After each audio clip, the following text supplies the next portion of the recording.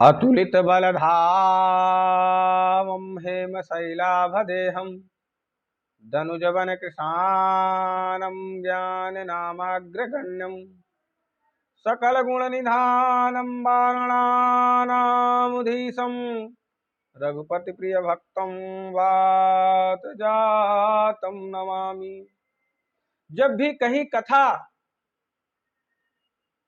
या भगवान की चर्चा का पंडाल सजता है तो हमारे हनुमान जी महाराज सबसे पहले अपना आसन लगाने के लिए दौड़ पड़ते हैं। क्यों? ये हमारे हनुमान जी का स्वभाव है। बल की अगर बात की जाए तो हमारे हनुमान जी के इतना कोई बलिष्ठ नहीं है। अतुलित बलधामम, बल के तौलने की कोई मशीन हो तो हमारे हनुमान जी का बल तौला जा सकता है, लेकिन अतुलित बलधामम, अतुलनीय बल है। हमारे हनुमान जी के बल को कोई तौल नहीं सकता। कैसे? साहित्यों में वर्णन आता है। पहले के जमाने में किसी के बल की तुलना की जाती थी तो लोग कहते थे इनमें 1000 हाथियों का बल है, इनमें 100 हाथियों का बल है और इनमें 10,000 हाथियों का बल है। लेकिन अब जमाना बदल गया है, कलिकाल आ गया है। कलिकाल में हाथी की जगह बदलकर घोड़े से बल की तुलना की जा रही है कि इतने हार्स पावर का है। हार्स पावर, पहले हाथियों के बल से तुलना होती थी, आज वह बदलकर हार्स पावर में चला गया है। तो हमारे हनुमान जी के बल की बात हो रही थी, तो बल तो हमारे हनुमान जी में इतना है कि अतुलनीय है, कोई तौल नहीं सकता। फिर भी एक जंगली हाथी में जितना बल होता है, एक जंगली हाथी में जितना बल होता है,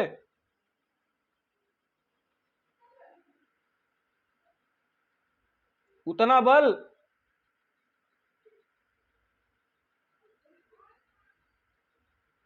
एक हाथी में जितना बल होता है, वैसे 100 हाथी में, 1000 हाथी में जितना बल होता है उतना एक ऐरावत हाथी में बल होता है, जिस पर इंद्र चलता है। भाई, इंद्र की सवारी है तो कुछ विशेष बल तो होगा ही। तो 1000 हाथियों में जितना बल होता है उतना एक ऐरावत हाथी में बल होता है, और 1000 ऐरावत हाथी में जितना बल होता है उतना एक इंद्र में बल होता है, और 1000 इंद्र में जितना बल होता है उतना हमारे हनुमंत लाल के इस कनिष्ठ अंगुली में बल होता है। बोलिए अनंत बलवंत हनुमंत लाल महाराज की जय।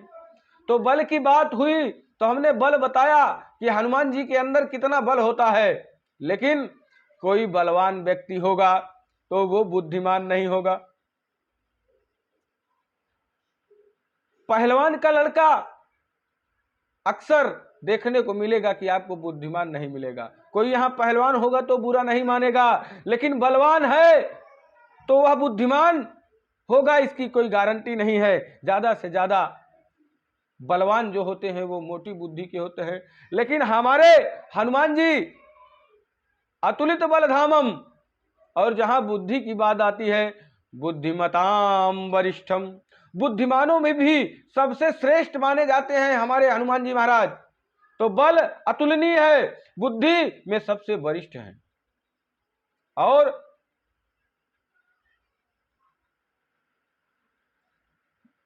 बुद्धिमान, बलवान और रघुपति प्रिय भक्तम, और जो बलवान हो, बुद्धिमान हो, जरूरी नहीं है कि वह ज्ञानी भी हो। लेकिन जब हमारे हनुमान जी की बात आती है तो ज्ञानियों में ज्ञानी नाम अग्रगण्यम, ज्ञानियों की पंक्ति में भी अग्रगण्य आगे बैठने वाले ऐसे हमारे हनुमान जी हैं। तो बोलिए अनंत बलवंत हनुमंत लाल की। अब हनुमान जी की हम कितनी प्रशंसा करें, कम है, इसलिए एक ही पंक्ति में सारी बात मैं कह देता हूं। रघुपति प्रिय भक्तम, जहां हमारे रघुनाथ जी की कथा होती हो वहां अग्र पंक्ति में बैठते हैं, और हमारे राघवेंद्र सरकार के सबसे लाडले और सबसे प्रिय भक्त हैं। यही स्वभाव यही हमारे हनुमान जी का स्वभाव और यही हमारे हनुमान जी की भक्ति करने का तरीका कि राम जी को ही अपने बस में कर लिया। कैसे? मानस में हमारे बाबा मानस मंत्र से बताते हैं, सुमीरी पवन सुत पावन नामू अपने बस करी राखे रामू। सुमिरी पवन सुत पावन नामू अपने बस करी राखे रामू। तो भगवान के नाम को इतना जपते हैं, भगवान की इतनी भक्ति करते हैं कि भगवान को हनुमान जी से ज्यादा प्रिय कोई भक्त नहीं है और सदैव अपने हृदय से हनुमान जी को लगा के रखते हैं।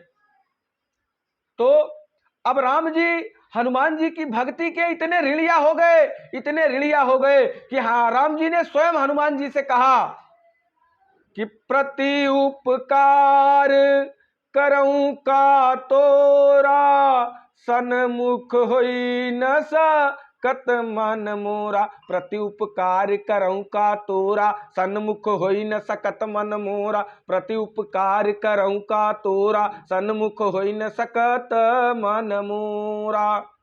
प्रभु ने कहा कि हनुमान जी, तुमने मेरे ऊपर इतने उपकार किए, इतने उपकार किए कि मैं तुम्हारे उपकारों का प्रति उपकार कभी कर पाऊंगा कि नहीं। तो हमारे हनुमान जी ऐसे लाडले परम सेवक हैं श्री रामचंद्र जी के कि रामचंद्र जी उनको अपना उपकारी समझते हैं। और हमारे हनुमान जी भगवान के ऐसे भक्त हैं, ऐसे भक्त हैं कि कहते हैं, जा रहे थे लंका में और मैनाक पर्वत समुद्र से निकल कर आए क्योंकि उनके पिताजी के मित्र हैं। एक बार की बात है, पहले के जमाने में पहाड़ों के पंख हुआ करते थे और वह उड़ते थे। तो लोग चराते चराते गैया भैंसिया कहीं दूर पहाड़ पर चले गए, पहाड़ को उड़ने का मन हुआ तो पहाड़ वहीं से उड़ते थे और जाके कहां बैठ जाएं इसकी कोई गारंटी नहीं थी। तो किसी गांव पे बैठ जाते थे तो पूरा गांव का गांव स्वाहा हो जाता था। पहाड़ वहां जाके बैठता था और सबका निर्माण हो जाता था।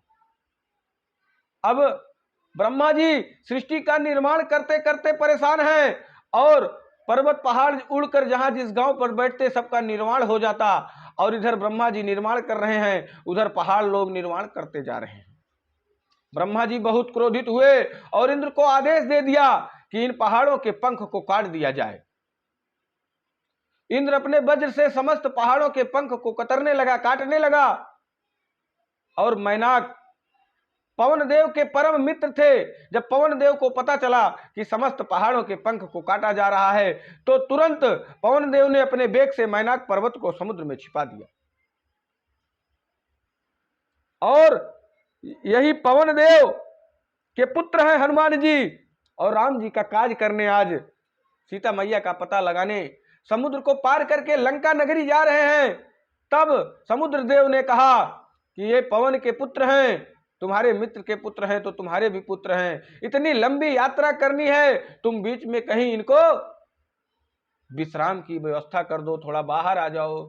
तब मैनाक पर्वत समुद्र से बाहर आके जो है हनुमान जी से कहा कि तुम जो है थोड़ा बेटा विश्राम कर लीजिए। तब हनुमान जी ने कहा, आप मेरे पिताजी के मित्र हैं तो मेरे पिता तुल्य हैं, मेरे काका श्री हैं, इसलिए हनुमान ते ही परसा करि पुनि कीन्ह प्रणाम और राम काज कीन्हे बिनु मोहि कहाँ विश्राम।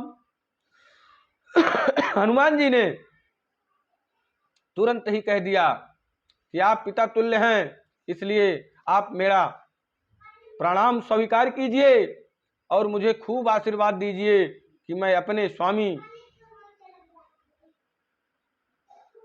का कार्य पूर्ण करके अविलंब आ जाऊं और हमारे राघवेंद्र सरकार का जो काम हम लेकर निकले हैं उसे पूर्ण करके ही मैं अपने सरकार को दर्शन दूं। बोलिए राघवेंद्र सरकार की जय। तो हमारे हनुमान जी बल में भी अतुलनीय, बुद्धि में भी वरिष्ठ और भक्तों की पंक्ति में आगे, और विवेक तो इतना है कि मत पूछो। विवेक की परीक्षा हो रही थी। 10 युवा वानरों को सुग्रीव ने टीम बनाई, यूथ बनाकर भेज दिया कि तुम लोग 1 माह के अंदर पता लगा कर आओ। अब उसमें से कौन जाएगा, यही कोई नहीं तय कर पा रहा है। तब जामवंत जी ने हनुमान जी को याद कराया। क्या याद कराया? कि तुम राम जी के लिए आए हो। हनुमान जी तो मस्त हैं, लेकिन जब जामवंत जी ने कहा, कहूँ रीछ पति सुन हनुमाना, का चुप साधी रहा बलवाना। कहूँ रीछ पति सुन हनुमाना, का चुप साधी रहा बलवाना। पवन तनय बल पवन समाना, बुद्धि विवेक विज्ञान निधाना। पवन तनय बल पवन समाना, बुद्धि विवेक विज्ञान निधाना। राम काज लगी तब अवतारा, राम काज लगी तब अवतारा। सुनता ही भय पर्वताकारा। जब हमारे हनुमान जी को याद कराया गया कि तुम्हारा काम ही, तुम्हारा अवतार ही राम जी के कार्य को साधने के लिए हुआ है, और तुम क्यों इतने शांत बैठे हो, तब हमारे हनुमान जी को याद आया और तुरंत ही राम जी के काज को करने के लिए लग गए। बोलिए अनंत बलवंत हनुमंत लाल की जय।